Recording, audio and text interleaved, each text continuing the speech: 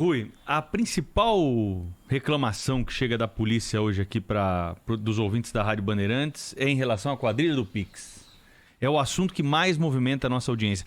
Nós entrevistamos recentemente o Dr. Carlos Henrique Ruiz, que é titular da 3ª Delegacia de Dispositivos Eletrônicos lá do DEIC, né? Foi uma entrevista muito esclarecedora, ele trouxe dicas até para os ouvintes de como devem agir.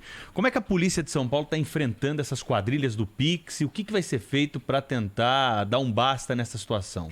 Olha, nós estamos enfrentando em diversos pontos de vista. O ponto de vista técnico e muito bem trabalhado pelo Dr. Ruiz é um ponto. O outro ponto, por exemplo, hoje nós temos mais uma reunião com o Banco Central, uma reunião virtual com o Banco Central, e nessa reunião nós estamos decidindo algumas questões que vão permitir que a gente troque informações com os bancos e os bancos troquem informações conosco para que a polícia consiga agir o mais rápido possível nesses casos.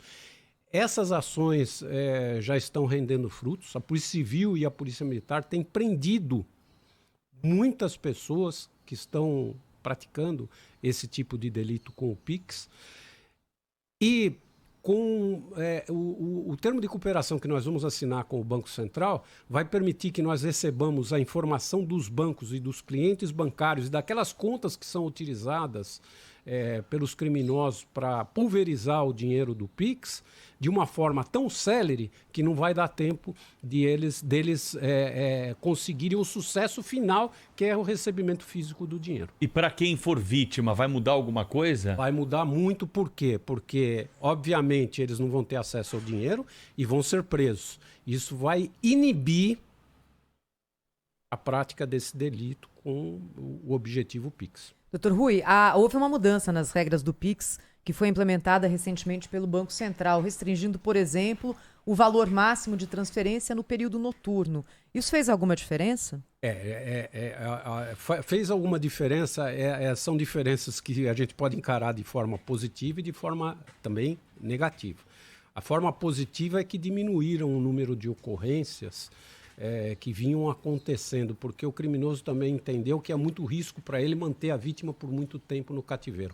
Mas aqueles mais audaciosos, mais atrevidos, na forma negativa, têm mantido a vítima por mais tempo no cativeiro e estendendo a consequência negativa do crime, né? Mas a Polícia Civil está preparada para isso e nós vamos dar um basta nisso com o tempo. Obviamente o resultado não é imediato, mas nós estamos cuidando para que isso melhore. Se não tiver a conta do laranja, o crime não vai se concretizar. Esse é o fundamento do golpe do Pix. Qual que é a dificuldade de chegar a essas pessoas, doutor Rui? Então, é justamente isso que nós estamos discutindo com o Banco Central. Já discutimos na reunião anterior e vamos discutir nessa. O que nós precisamos é de dados dessas contas laranjas e que elas sejam feitas de uma forma mais célere possível.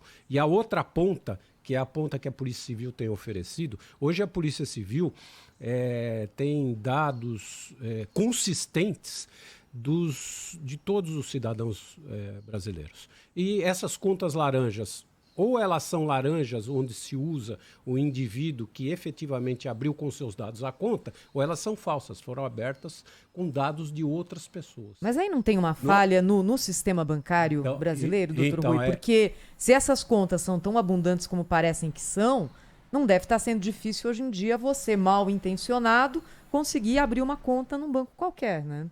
Isso. O que nós estamos oferecendo para os bancos? Uma forma deles previamente constatarem, através dos arquivos da Polícia Civil, se aquele indivíduo que está tentando abrir a conta é o indivíduo que está apresentando aquele documento. Nós estamos discutindo isso hoje. Com isso, e se a gente concretizar essa proposta, nós vamos, em tese, evitar muito estelionato, que é o crime básico com abertura de conta com nome falso, e vamos evitar também o laranja e a conta falsa relacionada com o Pix. Como é que isso vai ser feito? E eu posso adiantar a proposta e nós estamos ainda costurando para que isso seja feito. Nós vamos autorizar, através de um barramento no nosso sistema, quando o sujeito apresenta os dados para o banco, ele vai pôr o dedão dele lá, a impressão digital dele, ou vai tirar uma fotografia dele. Isso quem for abrir a conta. E quem for abrir a conta. É. Isso vai ser encaminhado para a Polícia Civil de forma eletrônica e a Polícia Civil vai dizer, não vai deixar entrar nos dados de qualificação nossos, mas vai dizer, essa pessoa é a pessoa do documento e o documento dele é verdadeiro. Ou essa pessoa não está correspondendo com os dados que ela está dando. Só isso, mais nada. É sim ou não. Tá certo? Para evitar que o estelionato em massa aconteça, para evitar que pessoas que estão entregando dados falsos para abertura de conta sejam impedidos que façam isso. Bancos e Banco Central têm se mostrado abertos a essa possibilidade, doutor Rui? Totalmente, eles estão interessadíssimos nessa possibilidade. Então são duas pontas, eles oferecem, na medida que haja a ocorrência, todos os dados do correntista que está sendo usado como laranja imediatamente para a polícia, para que a polícia intervenha. Número 1. Número 2, a constatação se o sujeito que está abrindo a conta, ele é efetivamente aquela pessoa do documento que apresenta ou não. Tá? E nós vamos precisar muito da imprensa, da divulgação da imprensa nisso, para mostrar que nós estamos tentando evitar o estelionato e tentando evitar golpes como esse do Pix. Outro crescimento registrado aí nos últimos meses, né, pelos dados da própria Secretaria de Segurança Pública em relação aos crimes patrimoniais, né, roubo, furto e principalmente o latrocínio, que é o que mais assusta quem está no carro normalmente ouvindo o Jornal Gente nesse horário. 44 latrocínios no ano contra 33 do ano passado, são os últimos números que eu tenho, o senhor deve ter até números mais atualizados do que isso. Por que subiu tanto o crime patrimonial em São Paulo? Vamos dar uma explicação primeiro do ponto de vista da estatística. O ano passado foi um ano completamente diferente dos últimos 100 anos. Né?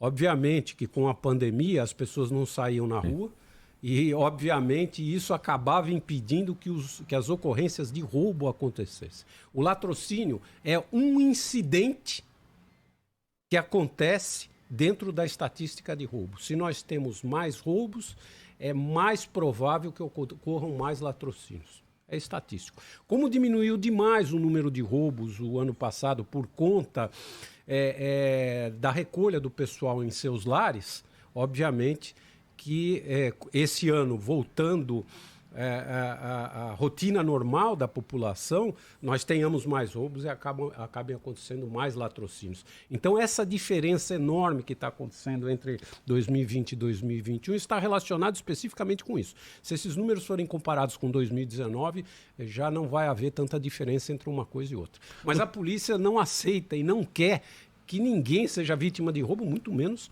vítima de latrocínio.